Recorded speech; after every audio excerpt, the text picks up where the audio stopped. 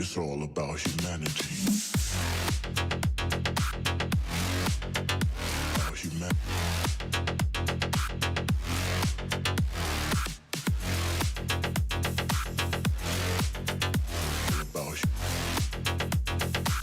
It's all about humanity. About humanity.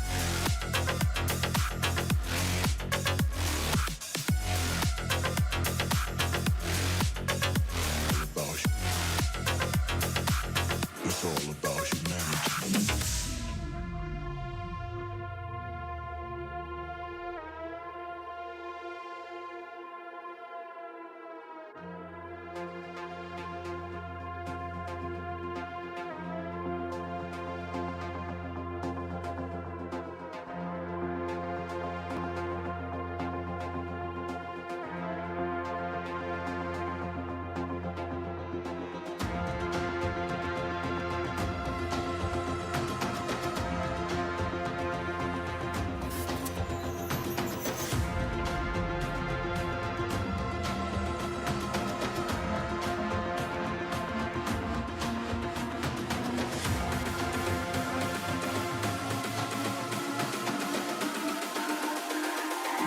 It's all about humanity.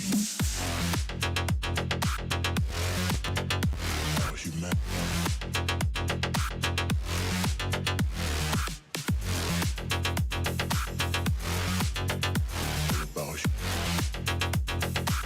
It's all about humanity. About humanity.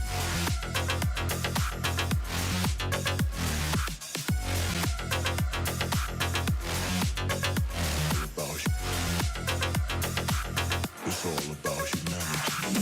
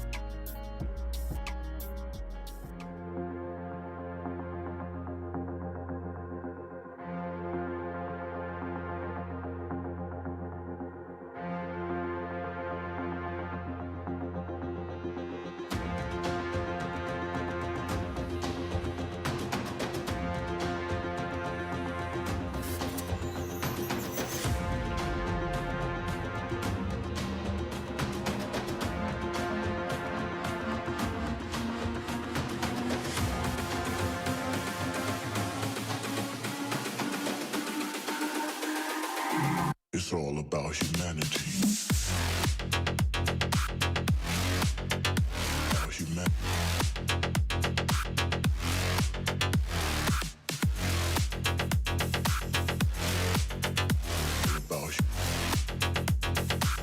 It's all about humanity. About humanity.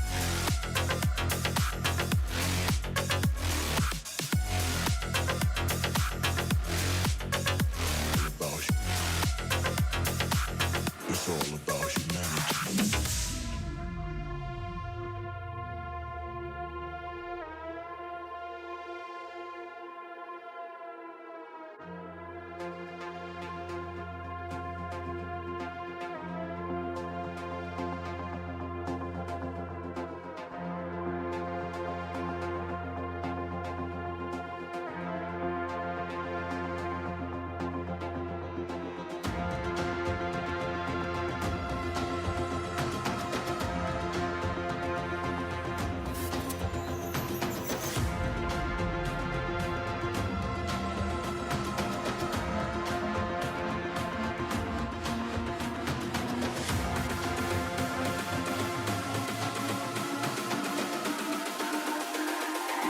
It's all about humanity.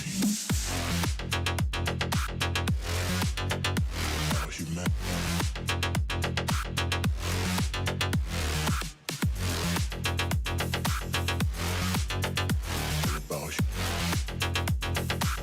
It's all about humanity. About humanity.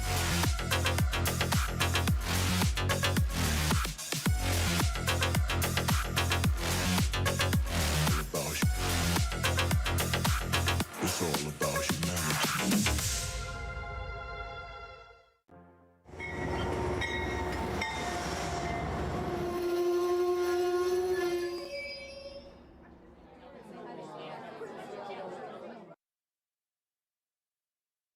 Good evening, model citizens. Welcome to Humanity Junction. My name is Heath, and this is Modeling Monday. Today, I'm going to show you some of the organization that I have already completed. I will not be organizing live. I'm going to show you sort of what I've accomplished recently. On my right, your left, is a list of some of the live streams in the community. So if you're looking for some people to hang out with, check out one of these live streams. In addition to organizing, I do have some unboxing stuff. As you know, my unboxings are quick and to the point. So as soon as we get through this intro, I'll jump right in with the unboxings. Wigwag is thanking me for taking Facebook offline for a few hours today. I didn't even know it was offline until we were like 2 hours into it or whatever. So I was late to the punch on that one myself. Tonight, let's see who is here. We'll start with Wigwag Workshop, holding on to the bottom of the list of participants, being as his name starts with a W, not because he's always last. But we have Wigwag Workshop. We've got Trigoglin in the house. We've got Thomas from Split Rock 323. We've got Shay's End Skills here. John from Schuylkill River Valley, another STS member. Roy Eltham is in the house. Some people call him Roy Etham, but it is Roy Eltham with an L. We've got Rayron VR is here. No Road Norman Rose in the house. John from Mystic Southern Railway, who is late for dinner. Tom's Trains and Things just popped in, although I think he's got some stuff to be cleaning up. We've got, let's see, Marty from M&M Short Lines. We've got Greg from Midsummer Railway N Scale. We've got Martin Searsman in the house. Lynn McCurdy and the HD MMRC is out in the yard putting together his Halloween decorations. Lauren Hurwitz is here, K&R Custom Models. We've got John Train, BFGR, JD Grandpa Rails in the house, Glenn G joining us. So Glenn, are you going to be swapping out your couplers? I think that's the real question.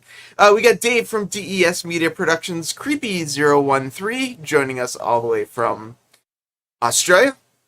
Conrail 8098 is here. Andrew Step in the house, Almar, and last but actually top of the list is Mr. Adam Cruz. If I missed you, I apologize. I see John 2618's dropping in, taking a Possum Bayou. Rusty's in the house. Ron Moen is here as well. Wimble Train Wigwag Workshop, you just got your bottom of the list place replaced with Mr.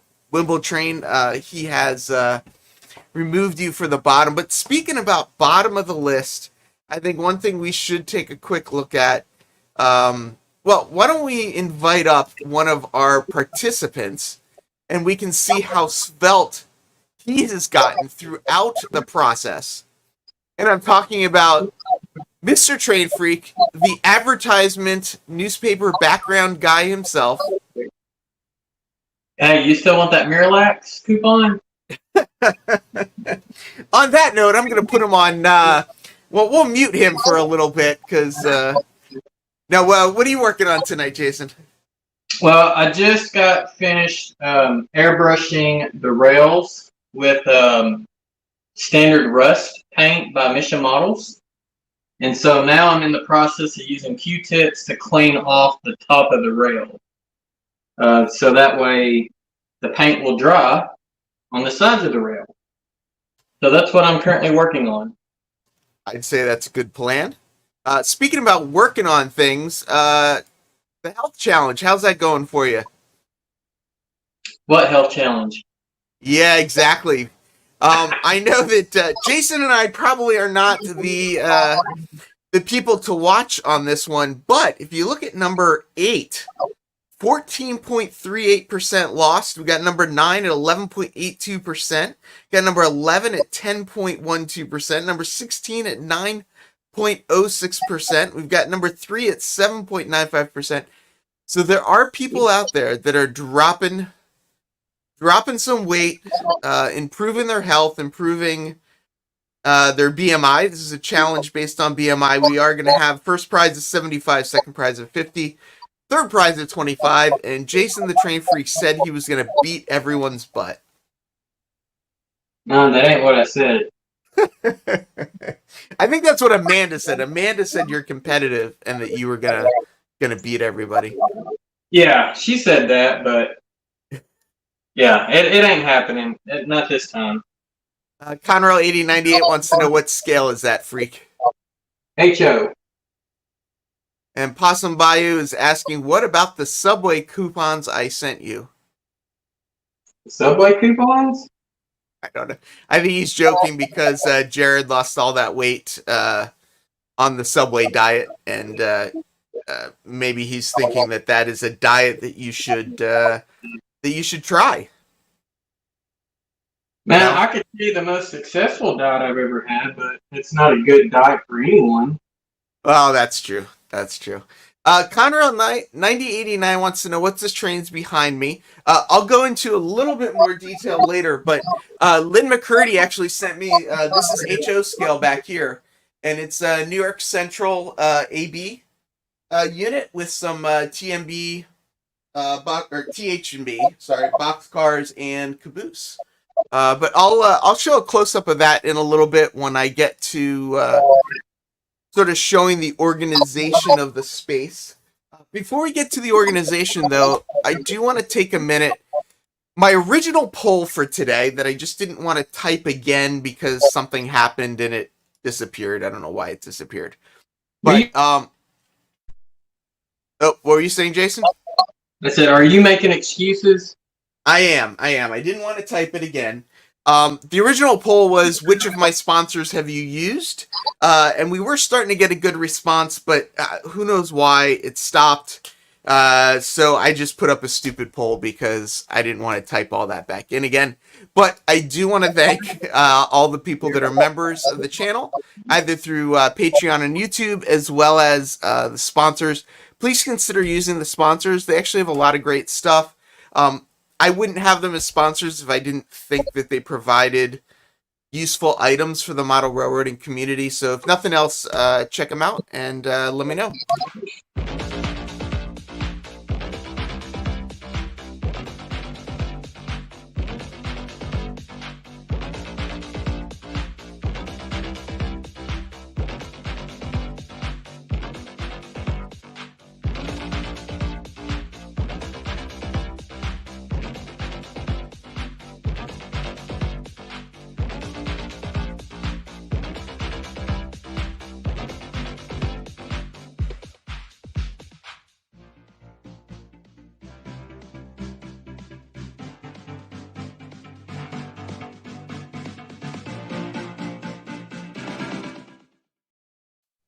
So Norman Rose says he at a certain. Oh, that came in interesting. I'm gonna mute you for a second, Jason. But Norman Rose said I was at a certain weight for 10 years, but since this challenge started, he's gained 10 pounds. Thanks a lot, Heath. Lynn McCurdy says he's still watching the train in the background. I was running one of my other HO Athearn Blue boxes, and I gotta tell you, this thing runs a lot better. Yeah, Marty, Iron Planet Hobbies is doing 10% off and free shipping in the US. And some of their regular prices are lower than most of the regular prices are lower than anybody else's stuff. So I think it's worth checking out if if you're looking for stuff. They specialize in DCC, but they do also have a bunch of Woodland Scenic stuff and other stuff as well. I would like to add something on that because I actually was on there and ordered some stuff today. Oh. So if you are looking for anything like Woodland Scenics, like some of the cars or the people, Iron Planet Hobbies has them on sale for a really good price right now. And then you can tack on his discount code. So just saying. Thank you so much. I appreciate that, Mr. Mountain Dew. So what's on the list? Let's check the list. Okay. First package. I got a couple things here to open, but I think the big exciting one is going to be the mini prints item. This is from Thomas Split Rock 323 232. Total blank on what his name is. Y'all know him. He's in the chat. Split Rock 323. I won his contest. I actually won his contest 3 times, but he only let me win once. So this is what I got from them. And who was it? Trigoglin actually just did he's coming in 323. Mr. Trigoglin actually won some mini print stuff as well, and he just did a video, so you can go over to his channel and check out I just clicked the wrong thing. Checked out his video on what Trigoglin got, and we actually got one of the same items as well, so I won't tell you which one yet, but if you read all the comments, you might know which one it is. Before we get to the unboxing, what I thought I would do is... Oh, I just turned it off. I'm trying to turn it on, and I just turned it off. And I put the camera on the wrong side. I'm talking and doing stuff, and Roy says he got mine the other day, too. He made mistakes. Are you talking about what you ordered from Mini Prints? Is it 10,000 New York City pigeons? No, I didn't get the New York pigeons, but maybe. Maybe I got some other interesting things. I think I got some other interesting things. So let's fire this up. See what happens here. It's thinking. There we go. 1, 2, 3. Okay, so now if I go NDI, perfect. Let's just take a little tour of the room. I'm not going to organize as we go, but I did get a chance to straighten up. The desk is actually kind of cleared off, which is kind of nice. One of the new things in the room that I thought I would show that's kind of fun is I got a bunch of my books situated, and I'm glad I finally was able to do that. Got some Walther's catalogs, got some Circus Railroad books, and some other stuff like that. If you remember, there's a porter on that door. We'll talk about that in 1 second, but I pulled this guy out of the closet. This was, at one point, I thought I was going to do a DCC switching layout, and it's too many tracks, too many switches, and I already busted a couple turnouts on it, so right now it's just sort of holding trains that I don't have boxes for. So Tom Trains and Things is asking, is that an atomic clock? And he's talking about this clock right there. I think, Tom, weren't you on that stream where I said that the one thing I wanted was an atomic clock, and the one thing that I didn't get was an atomic clock? But it still tells the time. It just doesn't set itself, and it's kind of really annoying. It doesn't set itself. But I haven't seen him here tonight. But I was lucky enough. I won a contest, and then I got some stuff made specially for me. So those are some Nathan DeLay creations that I've got, and I've now got a little spot on the shelf for them. Let's see. So people were asking earlier. This is the New York Central train that I got from Lynn and his club. And then I got in front of it is the N-scale circus trains going away from us. But if we come back over this way, this is the Z-scale version of that N-scale train. So eventually I hope to have Z-scale and N-scale and HO scale all running back and forth. I just have nothing to control the Z-scale right now. I'm hoping this N-scale train comes before that. Tom's Trains and Things, how can I live with that? I can live with that because I don't want to spend money on another one. So the locomotives are different, but the caboose and the boxcar are basically the same. And so we've got N-scale and Z-scale. And it's a 10-car boxcar train. So, yep. And the frog feeder's asking about this. So we'll show them. Yeah, so up there, I've added lights. You kind of, I don't know if you can tell. Let me go back to this camera for a second. I've added lights under the shelf up there. So now when I go to this overhead shot, you can see the trains a little better. So up there is, looking for the controller. That's the LGB train up there going one way. And then I've got the O scale that doesn't seem to want to run these days for whatever reason. It's been giving me a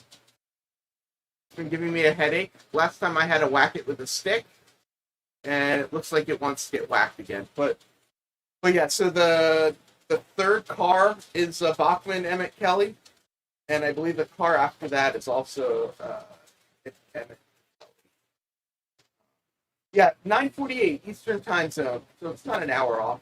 It's pretty close. But yeah, so I guess one of the big changes is that the GG1 needs to go to the shop. I think it's just dirty. I think it's just dirty track. You want me to whack it now? I'll whack it now. See?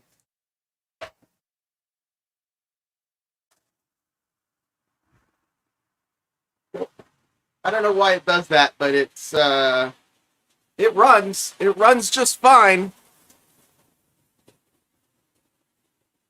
It'll be coming around the mountain again in a second. So yeah, so right now on the screen it's G, it's O, we got HO, we got N, and we got some Z scale. So we got a little bit of everything going on. Let's bring this back around into view. So the other thing that I did that might not have kind of been clear, I spaced things out. So all that Lionel stuff used to be, good night, Anthony Dodge. All that Lionel stuff used to be below the G and O scale trains, and now the shelf's above it. And that allowed me to kind of spread everything else out. So now everything's just sort of more spread out, and I've got about 12 inches between shelves instead of like 8 inches. No TT scale, no T scale, nothing, unfortunately, that exciting yet, but maybe one day. So the door portal, Heath, where are you hiding the ladder? Funny you should say that. I meant to mention it. The ladder right now is just sitting right there. So it's just a little behind me. over in the corner. Sometimes I'll stick it under the table, but because I've been organizing, I've got it out. So it's sitting out right now. And I don't think I have more stock than a lot of train shows. I think it's just that I have it in the boxes. And because I have it in the boxes, it looks like it takes up more space. Lynn, what do you mean? Maybe some live stream? The ladder has its own light. It does kind of look like that a little bit. Let's see. Yeah, you can see there are there's one light here, there's one light there, and then I've got I didn't really show that. I guess I don't know if that's interesting to people or not, but currently I've got a floodlight there. I've got a floodlight there. I've got a softbox there. These are my sort of desk lights, the ones down on the desk and the ones my face light, and then I got another softbox in the corner, and that's kind of all the light you're seeing right now. Steam like right on trains. Yeah, I don't know that I don't have any room for that. I don't have any room for that, but the Lionel belongs at Dackman's house. Dackman, you probably have much nicer stuff than anything in there. Pappy, I'm not sure what you're saying holy cow to, but I think thank you, maybe. So real quick, the door portal, it's something that I've been working on. I bought on Amazon. Do I have it? No, I didn't bring it up. On Amazon, I found some laser printer clear stickers. So I printed my logo on a clear 8.5 by 11 piece of sticker. And what I did is I stuck it to a clear, I think I showed this last week, but I stuck it to a clear circle. And right now, I just have a white circle behind it, just so you can kind of see it. But the ultimate goal is, I've got this here, which is just a cheap, just a cheap little light thing. And what I'm gonna do, I don't know if this will work. Yeah, there you go. So you can see it's kind of lighting up or whatever, but I'll set it to like white or something. The remote doesn't work. I probably have to, I don't know. I'll have to figure the remote out. But what I'm gonna do is I got a cake pan, a 12-inch cake pan, pie pan, pizza pie pan, and I'm gonna line the outside edge of the pizza pie pan. Oops, not there. I'm gonna line the outside edge of the pizza pie pan with the lights so they're pointing in, and then I'm gonna cover the back of the portal with that, and then turn the lights on, and then I'll have my my logo will be then kind of lit up, in the background. So it'll be kind of this fun little lit up logo. So that's that little piece of the puzzle. Let's see. Good to see you, Thomas. People are saying hello. Cooking show, pie pans. Yeah, it's actually a pizza pie pan, but yeah, Heath, you better hope you never have an earthquake. You'll be crushed by trains. Luckily, New York City isn't really prone to earthquakes, but you never know. The door portal ports me to a model train world, is who it ports to. Take the seal off the battery so the remote works. Yeah, I'll take it apart and figure it out. I didn't do that. One thing I will show too, if people are interested, this is my favorite by far of what's this stuff called? Like Velcro. It's this like heavy duty Velcro stuff.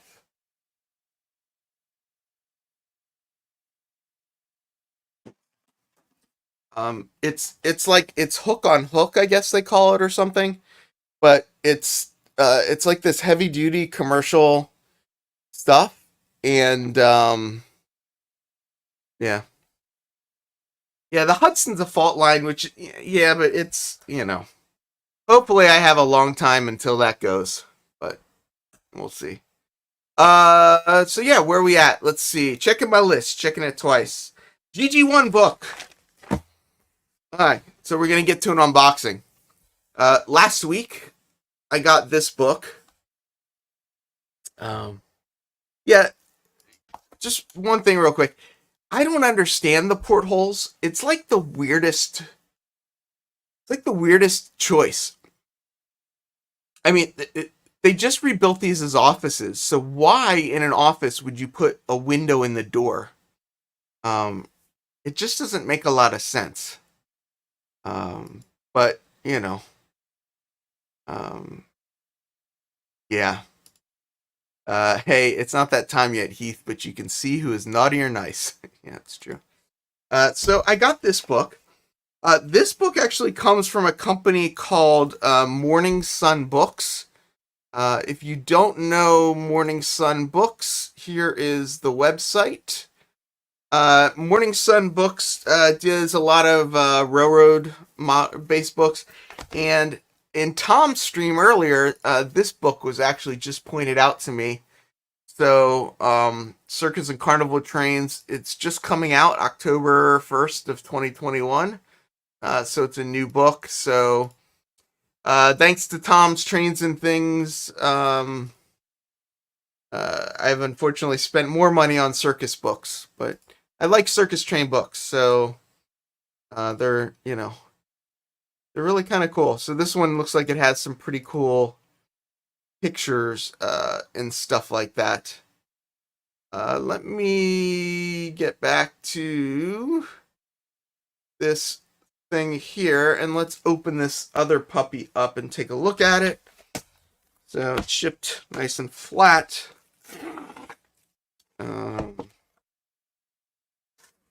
Let's get rid of that. So there we go. GG1, the world's greatest electric locomotive, Volume 1, which is 48 to 67, and Volume 2 is 68 to 83. So I thought these would be pretty cool. Art Deco thing. Yeah. This is an Art Deco building, designed by the designers of the Empire State Building. So yes, yeah, and the landlord probably does want to keep an eye on me. They were when I was trying to rent this space. They kept asking, "What are you going to do in there? How loud are you going to be?" And they kept asking me over and over again whether I was going to be too loud, because they were really concerned that I was going to be too loud and that I was going to be disruptive and all that kind of thing. But I was hoping to have a couple more things to unbox today, but a little bit of my mini rant is that USPS, 2 items that I was supposed to deliver today arrived at the USPS office sometime over the weekend, and they still never delivered it today. So I ordered some more track for this N scale track so that I can get it powered up. I ordered some bumpers for either end so I don't run a Z scale train off the end, and I ordered a little power connector thing to. Do I have America's Greatest Circus Train by Bruce C.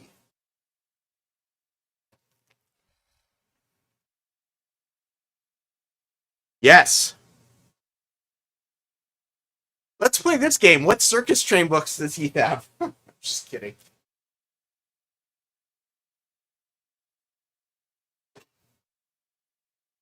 But that is one of the ones. That is one of the ones that I got. At Heath, you're lucky you don't have the old lady that's in my street. Then you would have trouble, probably. So I just heard this in the last thing. Why is USPS on a slowdown? They hired that guy intentionally to slow it down. Why are they slowing down even more? I don't. Anyway, we shouldn't get into that. So Roy wants to know if I have all of them. What do you call all of them?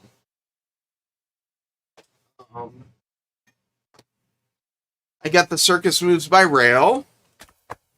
I've got Show Trains of the 20th Century by the Circus World Museum. Another Circus World Museum book, Trains of the Circus 1872 to 1956. Let's see. Any other circus books?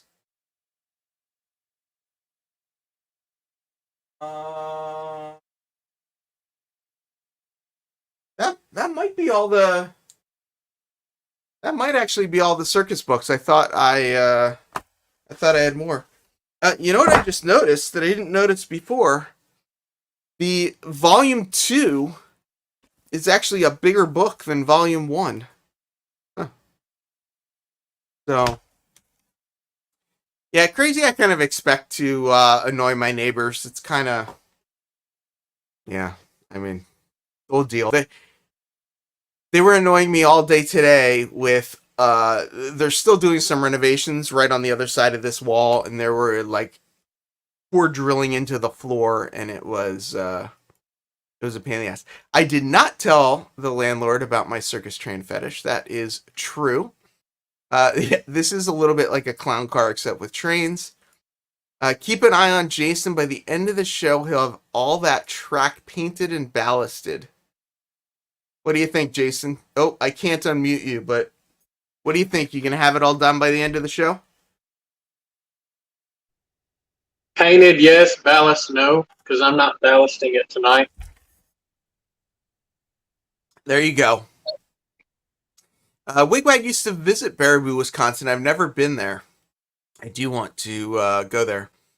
John Trains BFGR. I'm selling a circus train at the local train show coming up in a week or two. John, let me know. I'm curious what it is. What circus train are you selling? Circus. I agree. They are none of his business. I agree. Lynn says he was half right. What was Lynn half right about? Oh, keep an eye on Jason. Yes, he will. He will paint, but yeah. Okay, so I got this. Oh, one more thing before we get to this mini print thing. I also ordered a. It's really hot in here. I think it's cool outside. I don't want to open the window. So the other thing that happened was I ordered. Trying to see if it's here. No, it's not there. I ordered something for this. So this is a tripod that I got. It's on wheels. I don't know if you can get better here. Maybe you'll see it better if I make me bigger and make Jason smaller. Yes, I got some. I saw some photos. It was the Circus Model Builders Club. Was at Timonium and had a huge circus train setup, and I'd love to see their club set up at some point. So, oh, John, are they any of the LGB ones up there, or are they different LGB ones? Because the first car, the second car, which is a sound box car, the next car after that, which is like a coach car, and then the very last car, the caboose, are all from an LGB circus set. Oh, Ken, did you see it also? I gotta tell you, if I knew that they were gonna have a circus train set up at Timonium, I would have driven to go see it. I just had no idea it was there. So, Heath, open the portal. Yeah, crazy. I was making fun of his Mountain Dew shirt earlier. Show him, Heath. Who am I showing what? So on Amazon, I ordered what's called a jib. Why don't I show you? Because it'll be easier to show you than it will be to explain it. And it was supposed to come on October 2nd, which would have been Saturday. And that would have worked out great. It could have had it set up. And I was, hoping to get it set up. But here it is. It's a gym arm. So it mounts on here, and it allows you to put the camera let's see. Does it show a good picture of it? No. There, kind of a little bit. It allows you to put the camera on it so you can move it around. And the idea was that right now, my side camera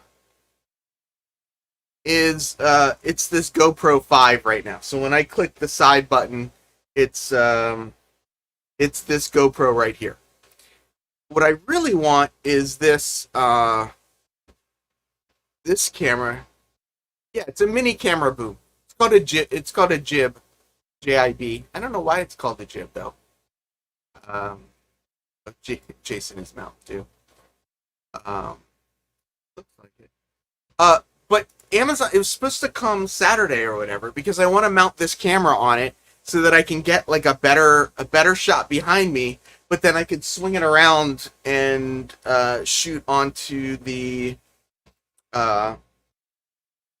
the stuff in the back as well. So it looks like it's bigger than my room. It'll basically just be able to give me a tabletop shot that then I can move around to other things as well. Oh, it just looked like I stuttered. Not only did it not show up on Saturday, it hasn't even shipped yet. So it was like 1 day shipping on Amazon. And it didn't even like show up. So it's just really frustrating. So yes, it goes, so you can see, let's see, can I make this bigger without messing everything up? Nope. That almost worked. Let's see, click on this again. Not that one, this one. There we go. So yeah, so you can see you put it on a tripod. So the tripod's got wheels and then it'll move around, so I could basically aim the camera anywhere, anywhere in the space. Oh, that's true. That's right. Carolina Footsteps says a jib boom is a nautical like the porthole window. Oh, that's funny. Yep, we're getting a lot of nautical things. Yeah, Amazon uses some of their own stuff. They use some of different things, and it's kind of just a whole mishmash of stuff, and it's really kind of very frustrating. So Creepy was asking, what do I use for my reverser controls? So I've got two of them right now. They're both the Motorman from ISE. They are both DCC and DC, so they can control. They can control any of either DC. The HO right now is DC, and the N scale right now is DCC. So I can switch them to be whatever. For the Z scale, I'm looking for a little bit of a simpler setup that I don't have yet, but I'm trying to get something that works on like light sensors, IR sensors, instead of on block detection. A lot of the cheaper ones right now use diodes with block detection and that kind of thing. So Trigoblin says, is your tripod stable enough? So yes, because this can I make it extend now? Of course you're asking me these questions. There we go. So yes, the base will get bigger, so I can make it longer if I need to for if I need a wider base. But the other thing is there's a hook right here. I don't know if you can see the little hook. And I've got some weights, and I'm just gonna put them in a bag basically and hang them off the center here. And if you put a lot of weight right here, it'll be very stable. This tripod, it's an aluminum tripod. It's from Enduro, and it is actually a nice tripod. It's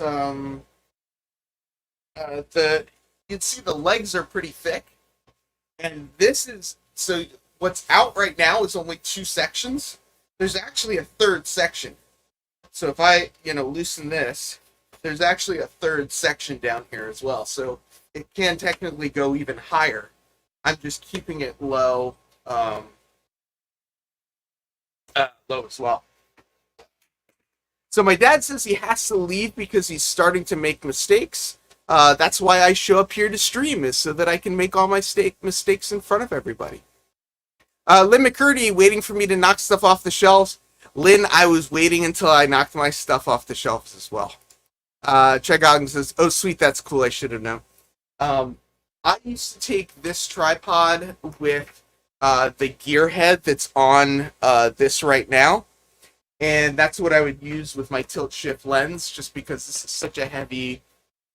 It's not heavy, it's aluminum, so it's not that heavy, but it's heavy enough of a tripod that it'll work pretty well. Yeah. I was a little nervous that I was going to knock something off too, but I wanted to show you guys. You guys were asking. The wheels can handle up to 50 pounds. The camera itself is probably like 5, maybe less. Do I have a...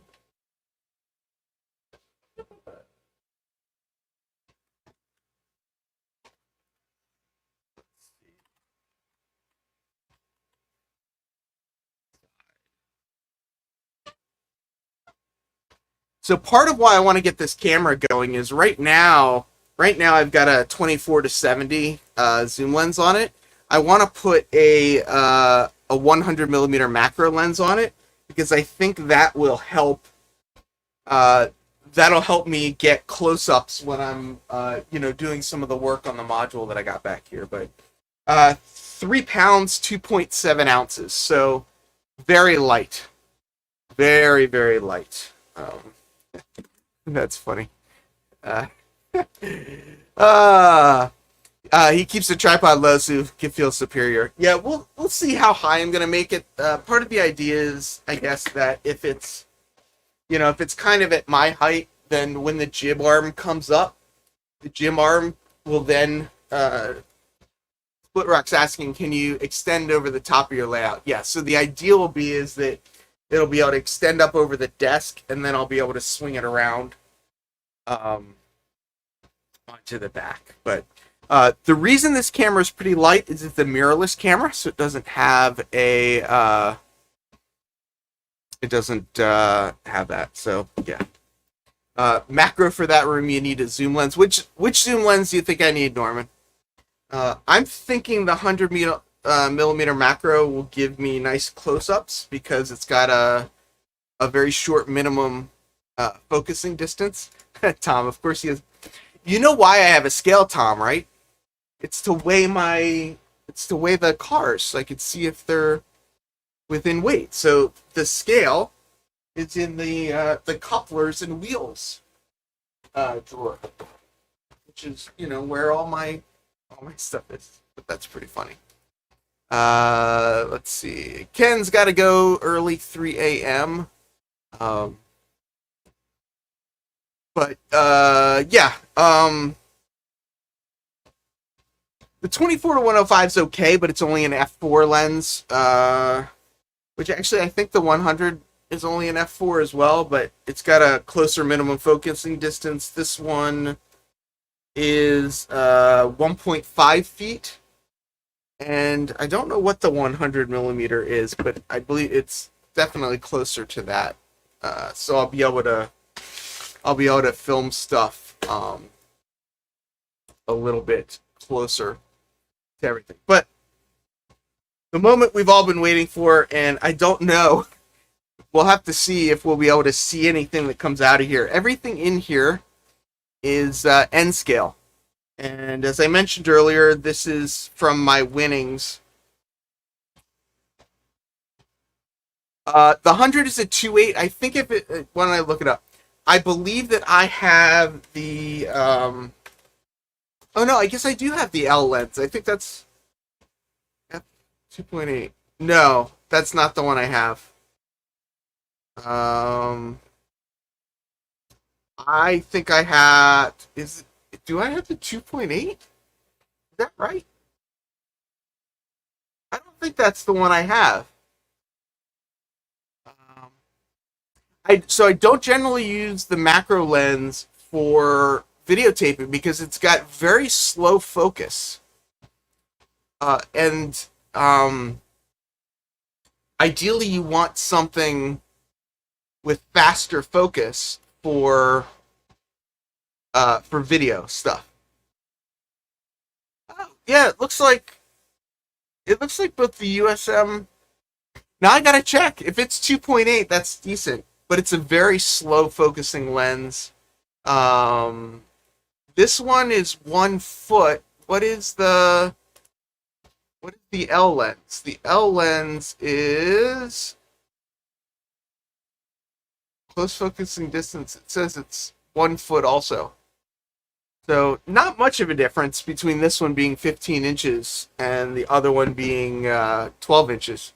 So pretty close to minimum focusing distance on both of them. But yeah. Anyway, we'll see. We'll see if we can see these. We might be able to see them. We might not be able to see them. It shall be interesting either way. So I guess I gotta put it on this camera. It's an empty bag. For those of you that are wondering. Ooh.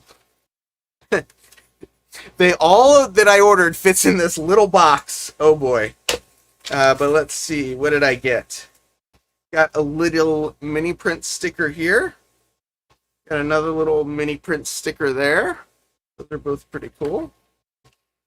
That's just the receipt.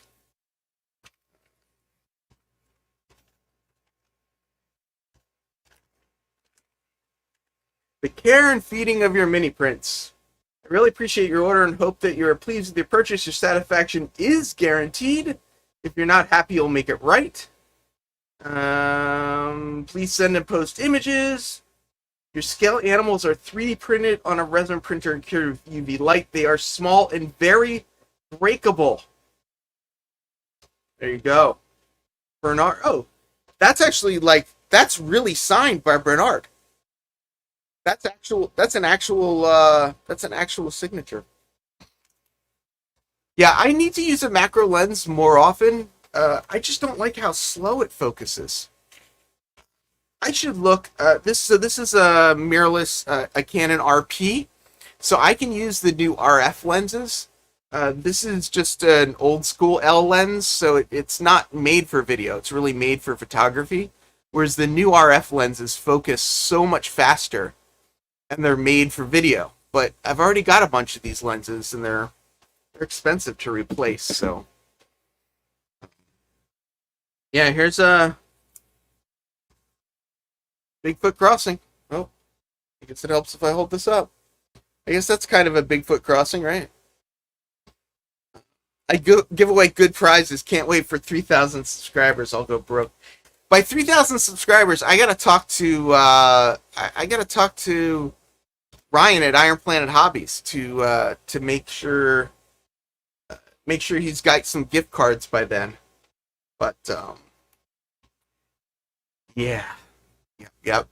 Okay, what are we doing? Mini prints. So I cannot believe everything I ordered. I can't believe everything I ordered is in here. CP368. I don't think I've ever seen a person at a train show carrying a camera, and then Andy Step says, "I have. I went to a show with Heath." Dakman was at Timonium with his camera. And if you go to Dakman's channel, he's actually got a bunch of videos, or he definitely has one. I don't think he's posted all of them yet. He's got some of the O-scale stuff. But Dakman will have some more videos from Timonium. He usually takes a bunch of footage at the train shows. Maybe he'll have 3D printed clowns by then. Yeah, I need to just, there's a couple people that have resin printers, that have some good pricing, and Yeah, I should come up with some stuff to do. Yeah, there are some train shows that are weird about cameras, and I think there was one guy at the show who basically had a bunch of art up, and he had a sign that said "Please no photos."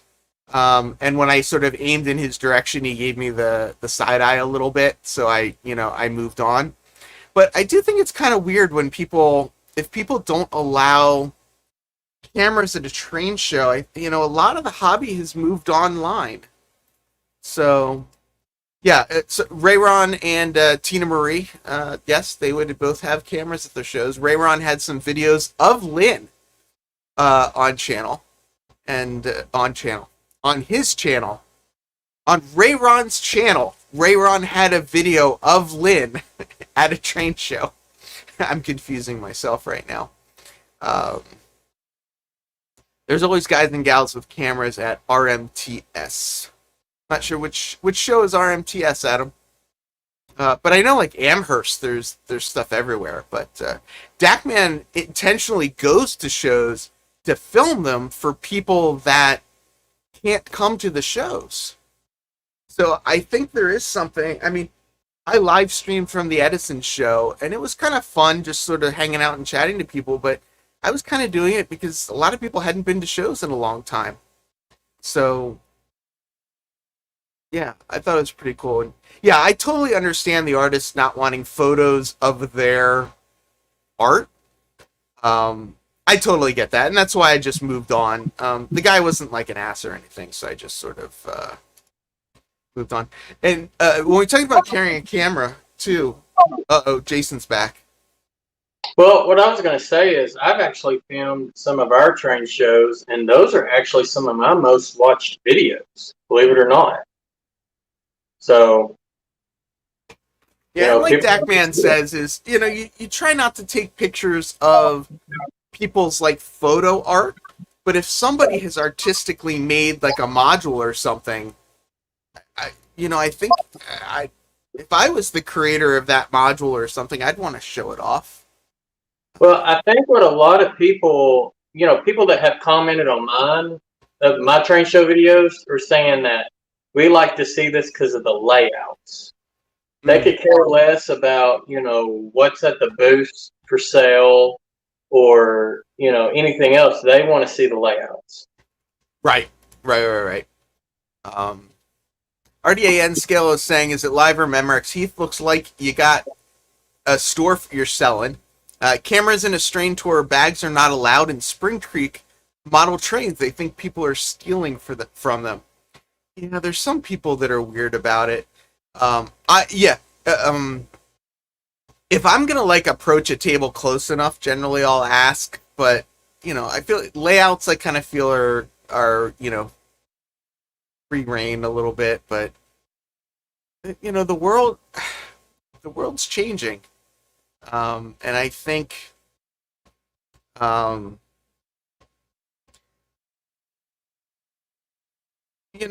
Pictovid says like he only films the layouts at shows, but like when I walked around the last show, it was the people in the live stream that helped me decide what to purchase. So by being able to film it, yeah, I don't know. Right. Here, Splitter X says I take photos of stuff for sale to send to friends, ask them if they want me to buy it for them. 100%. 100%. And yeah, I mean, it depends on your area too, I guess. Up in this area, I think people are more, more forgiving, more open to that sort of thing. So I don't think they're as offended by it. Norman says that was fun. Yes, I agree. Mike from Wicked Insanity, welcome, sir. Yeah, and this is all this modeling and stuff that I'm doing back here. I'm stealing ideas from people and I'm putting my own spin on it. And and Dakman, I almost went to this Metka TCA event, and they were actually asking people to come film. Like some places want you to come film. Tim, yes, it is true. There are some clubs that don't like people And you know, that's very true. Lynn actually, Lynn, if you go to Lynn McCurdy's channel, he actually takes all the videos for his club and puts them up. And this is what I do too. Like, I try and go to the table and I try and, like, on the screen, get the person's contact info. So if somebody's watching that video later, they can call that guy up and say, hey, like, do you still have this item? There was one guy at the Edison show that had a ton of brass stuff. So I'm sure he doesn't move, like, a lot of brass stuff at every train show. But if somebody sees his video and then I show his card on screen and somebody calls him, I think it's, yeah, so...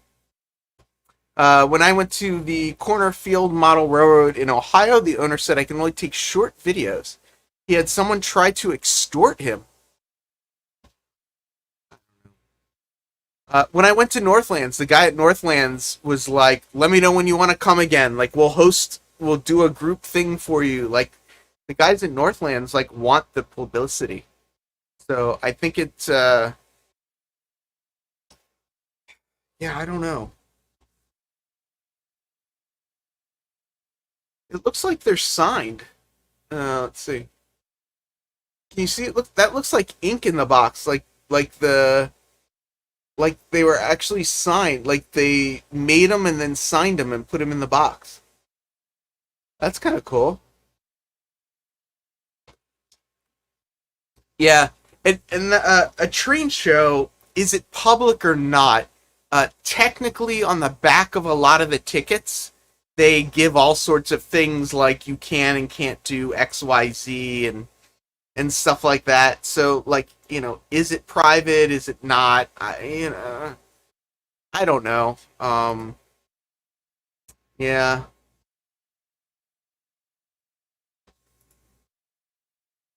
Well, there we go. Mr. Pictovid filmed at Cornerfield, so maybe they're lightening up a little bit. Yeah, the Northlands guy, especially the new owners, are like, come on, like, you know, bring it on.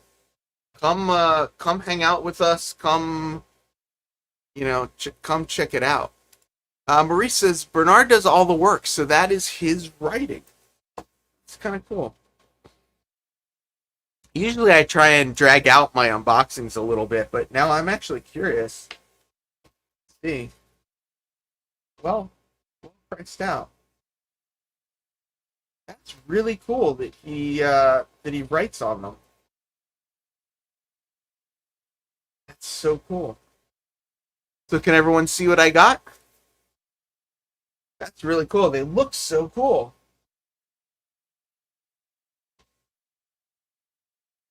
That's really neat. So yeah, so that's what I got from Mini Prints. I don't know what I'll do with this little box though. Looks like it makes a good little pill box or something. But plastic bag, is that all you saw? Were the plastic bags? Do I need to move a little closer? They're all N scale, and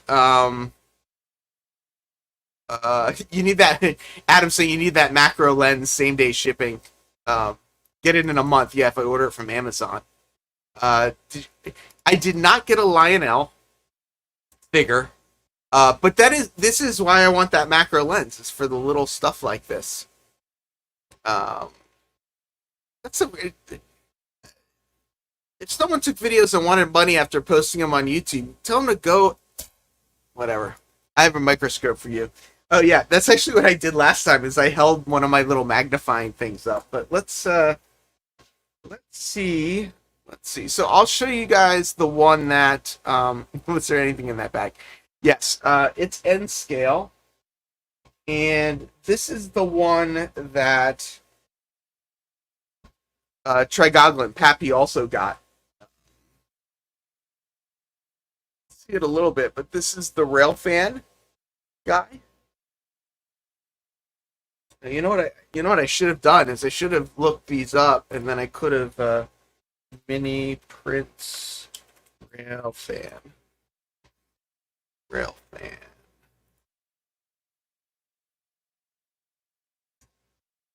There he is. So that's this first guy that I got here.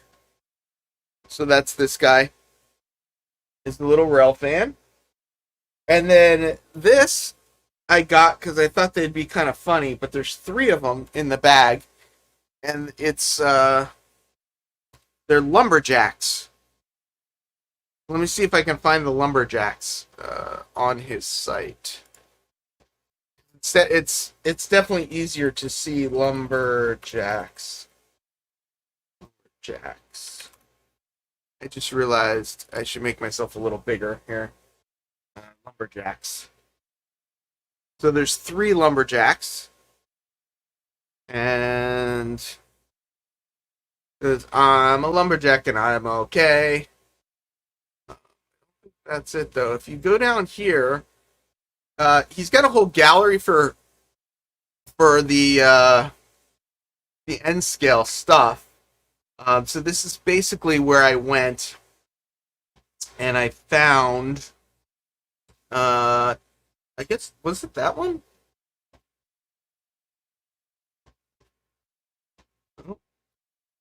I guess it was this.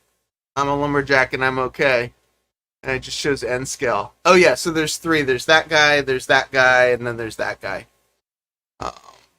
So I did. Mini Prince is doing more N scale. If you see an item of these in the list, ask and you will try. Yeah, he did. He does say yes to focus on focus on what is popular. But yeah, they do have a neat ATV rider as well. Let's see, where was that? ATV, I think it's up here under. Yeah, ATV and rider. Come on, there we go. I think this is. There we go.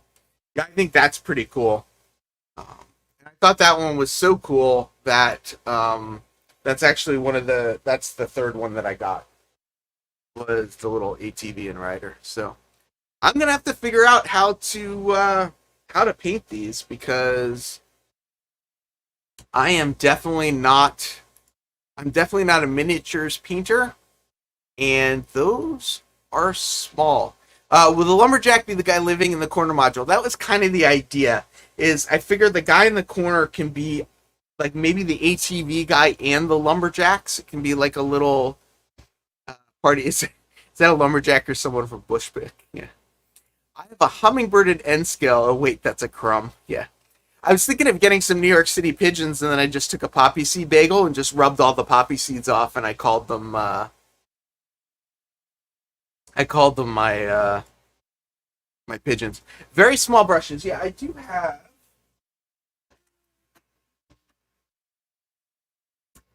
have this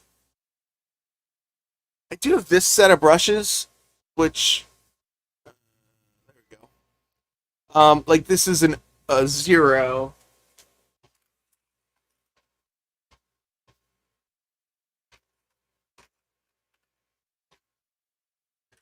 Here it is. I'm coming back.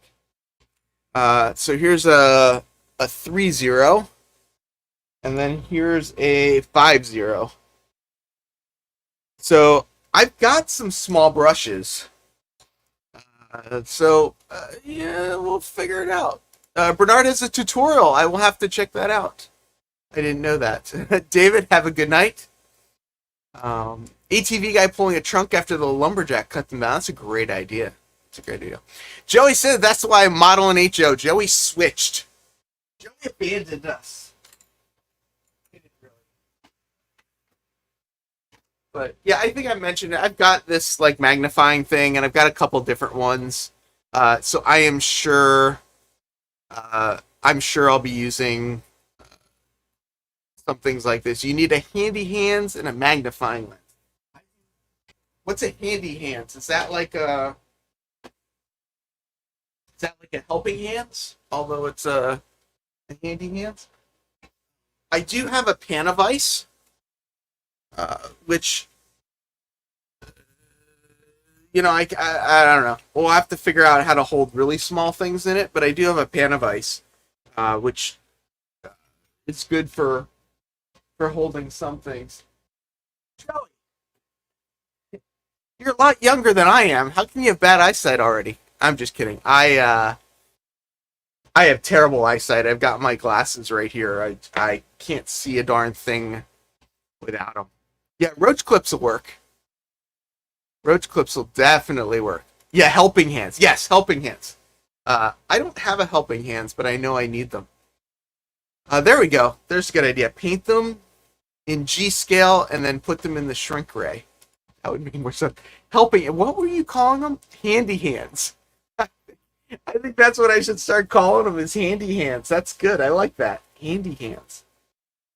I'm putting these back in the putting these back in this box so I don't break anything. The ATV rider, like you can almost see, the rail fan and the lumberjacks are just tiny. Just tiny, tiny.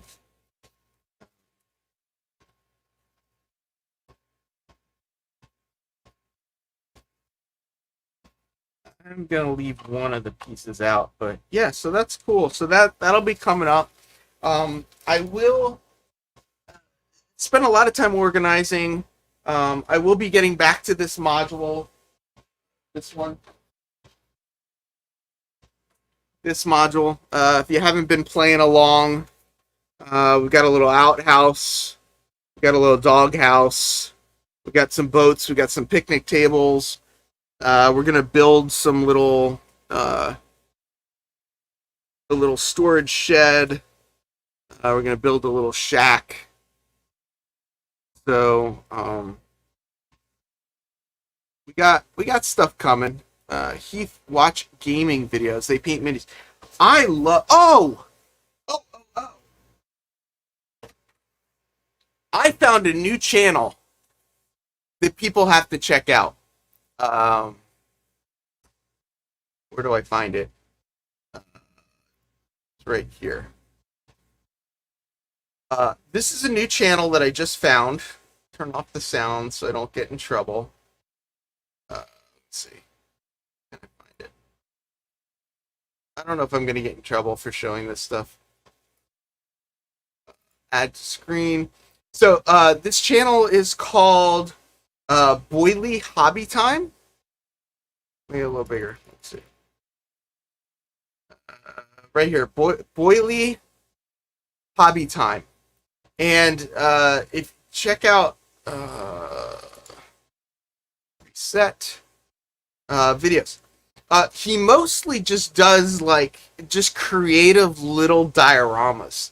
But his latest thing that he did was a James Bond train scene.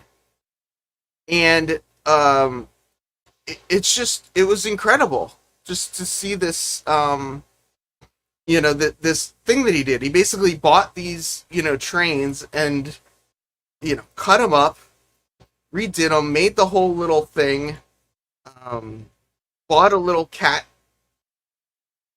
thingamajiggy and made this really cool little diorama. So yes, I love watching other channels that do other kind of stuff. So yeah, this guy has a Jason Jensen style. He actually has more subscribers though. He's got 155,000 subscribers. But I love these types of videos where this is one of his only train videos that I've seen on his site. A lot of the other stuff isn't train stuff. But I watch a lot of these types of things as well. Hey, Daniel, if you think about it, can you send me a link on those? I've heard people using silicone rubber brushes, but I haven't seen them. So I'm not sure. What I know, yeah, awesome, Roy. Yeah, check his stuff out. I think it's cool. Oh, you need a link. Roy's got it for us. I don't have any silicone brushes. I just have the small ones. But I'm sure I'm gonna need them because at some point I'm gonna want to get down into that level of detail. I use silicone brushes for smearing wood glue. Oh yeah, I've seen that. I've seen those wood glue brushes that are silicone brushes, but I think he's talking about something a little more detailed. Yeah, so apparently he saw the James Bond trailer and it inspired him to make that. So he went to his local hobby shop and just just checked it out. Let's see, Sammy Model Bow. Let me see if I can find that one. Sammy, Samy Model Beau. Let's see, we got Lance from Weber Model Railroad coming in. Heath, have you seen N-Scale Dystopia? I don't know if I have, actually. So this one's a new one to me. I did not know this channel. But this is the Sammy Model Bow. Let's see, Sammy Model Bow. So yeah, this looks kind of here. We'll check that one out in a second. But here, this guy looks like he's got some cool dioramas too. These diorama channels are just amazing. So Daniel, you say they come in typical sizes. So do you have? He's gonna wonder why he got 50 subs in one go. That'd be awesome if he got 50 subs in one go.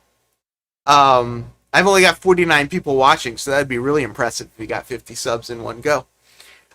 So Daniel, they're in silicone rubber, so they're like a 0, a 0, 0, a 3, 0, and a 5, 0, but in silicone.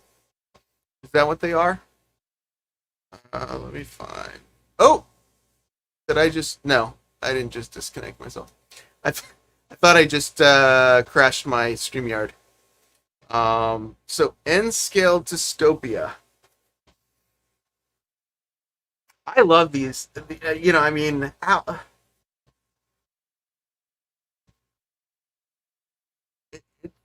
Wow, this guy only has 562 subs. I wonder why. Maybe he's just getting started.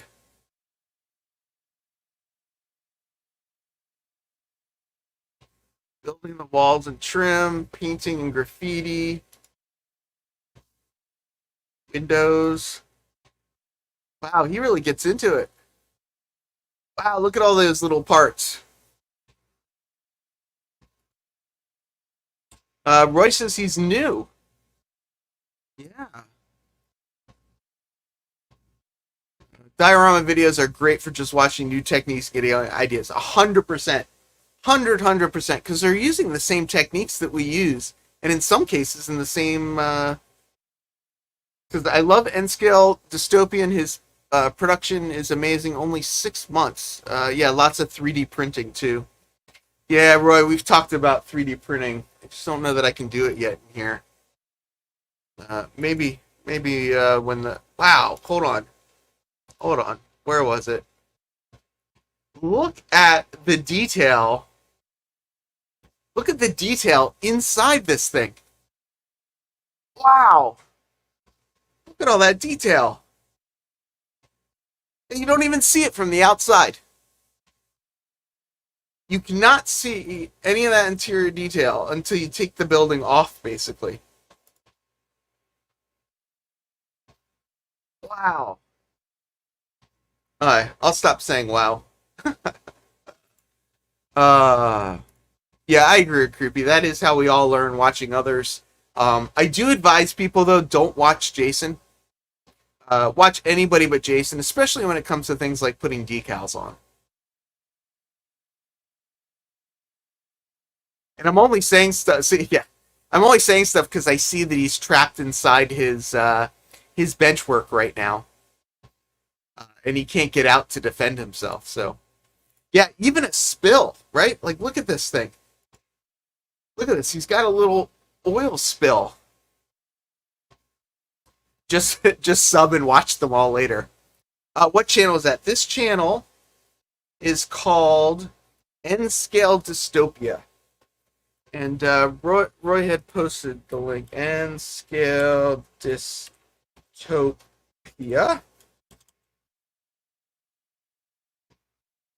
Norman says, I've stopped watching Luke Talon. I didn't watch his Walther's build, but I did watch the one after it. His stuff's a little too perfect. His stuff is a little too perfect these days. I really like the videos when he shows the mistakes. He did this one with the car driving on the bridges, the little RC cars, and he showed a bunch of the mistakes he made in that one, which I really liked.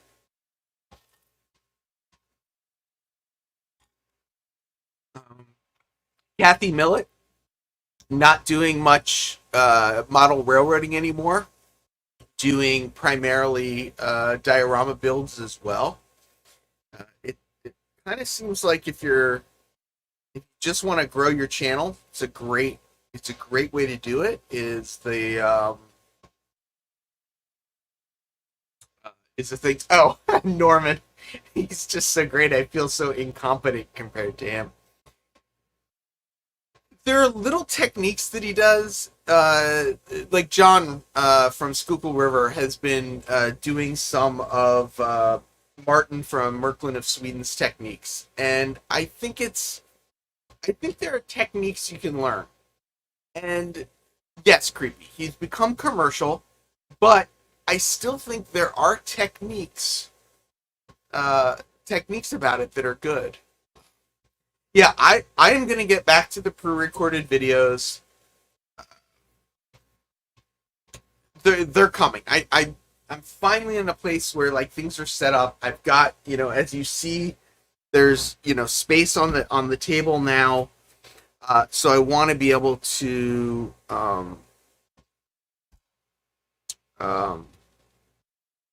will start recording more stuff once I want to get this camera set up.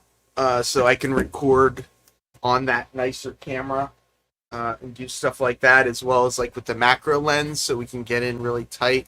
But I will be, they are coming back, and I know I've been saying that for a while, and I'm very frustrated because I thought this space was going to be done sooner.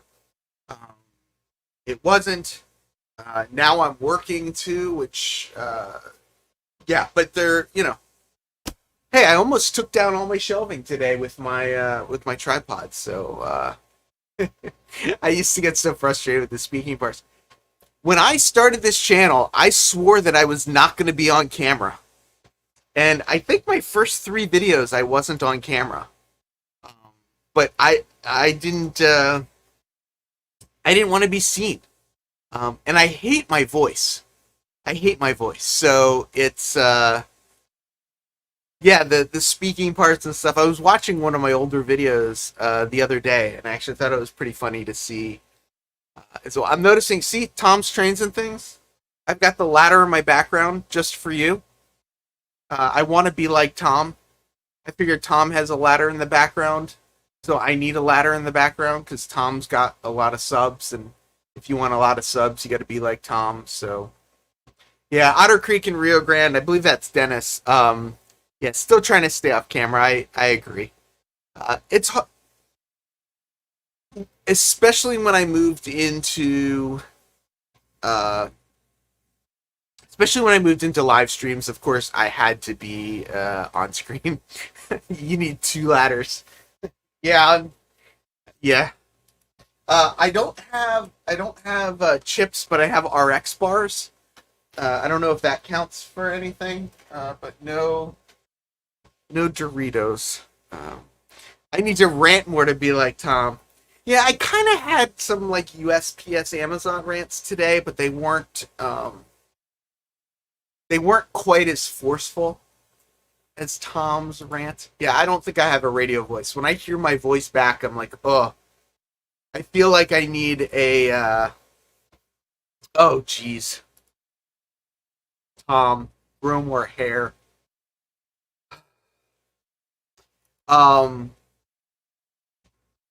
Yeah, I need to get a little angrier, I think, to really match Tom's rants. But yeah, I do think showing yourself, being human, is a huge part of connecting with the audience and growing your channel. There are some people. I mean, look at this this N-scale dystopia, and look at the other guy we showed. Like, they don't show themselves at all. But yeah, the train inspector actually hung out with me for this afternoon, and then I went upstairs to print the portal this portal. I went upstairs to print that, and then she didn't want to come back down with me. So I was like, okay, you stay up there. That's that's fine. So the judges say the arc spiders only count if you dip them in ranch. I can't do Doritos. I mean, I can't do dairy, and the Doritos and the ranch and everything is dairy. So yeah. Happy, I appreciate that. I appreciate that. Yeah, I want to try and get one of my audio engineer people that I know to come in here and tweak stuff so that I can really sound good. Because I know with like the mic setups and stuff, I should sound a lot better. Yeah, Otter Creek. If you want to send me an email if you want. Let's see. Here's the ticker. If you want to come on a Modeling Monday and do like what Jason's doing, what does anybody know what Jason's doing? What in the world is going on back there? Man, I have no clue what I'm doing, so I don't exactly. know. But Dennis, if you want to come on and show us what you're working on, just so you're on, it's a little bit easier if you're, on somebody else's channel. Tom, can you hear echo on my thing? Because I've done some stuff. I've got like some. Like here, there's some foam, there's a bass trap. I mean, with all the boxes in the background and stuff to break up the sound. I've got a carpet on the floor back here. So I've been doing some things that I can. It's a lot less echoey than I first moved in here. I probably could if I tweaked things enough. I'm sure I could. I have the face for radio and the voice for newspapers.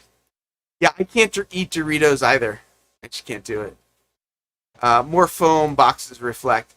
Yeah, it's a small space. The other thing, I don't have it hooked up. But the other thing I could do would be to use this microphone.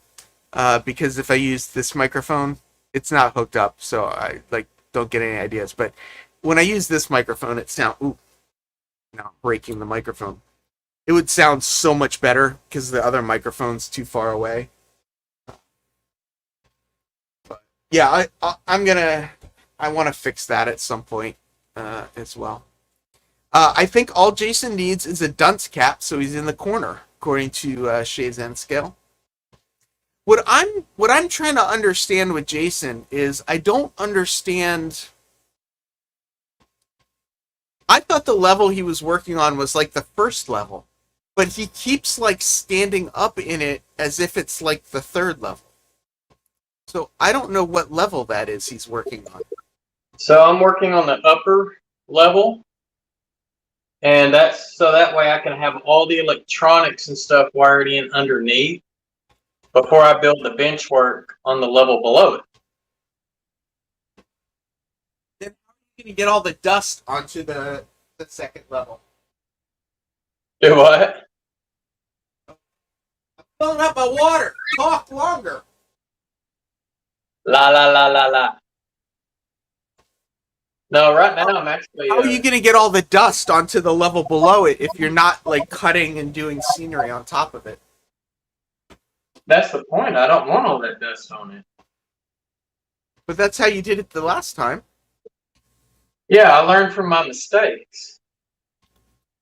Because let me tell you, to climb up on the bottom level to, wire something up underneath is a pain in the rear. It's just so much more simpler if you build the upper section first, and then you can actually stand or sit up underneath that level while you're wiring everything up. I got to tell you, it just looks hilarious that you're like it's one level, but it's like at your above your head. Now that said though, you're at eye level. Yeah.